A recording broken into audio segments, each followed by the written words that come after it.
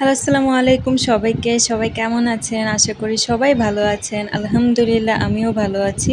তো ছোট একটা ভিডিও নিয়ে চলে আসছি।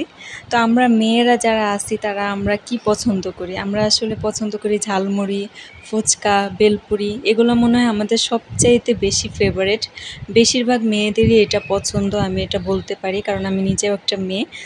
তো ছেলেদেরও পছন্দ কিন্তু মেয়েদের মনে হয় একটু বেশিই পছন্দ। তো এখানে আমাদের বাসার সামনে একটা মামা বসে।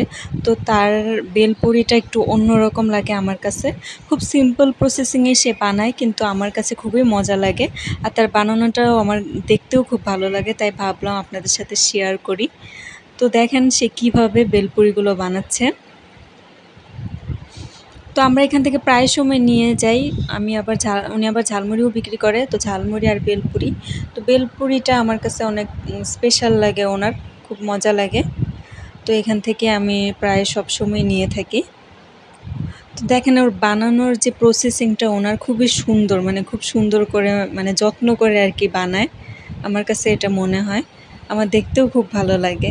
তাই আজকে আমি ভিডিওটা নিচ্ছি, যে ভাবলাম আমার ভিউয়ার্স যারা আছে তারাও দেখুক।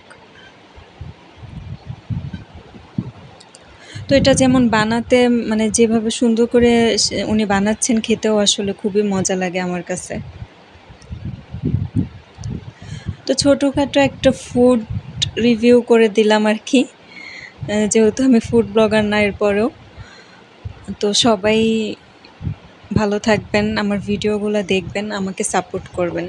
আজকে এই পর্যন্তই। আল্লাহ হাফেজ।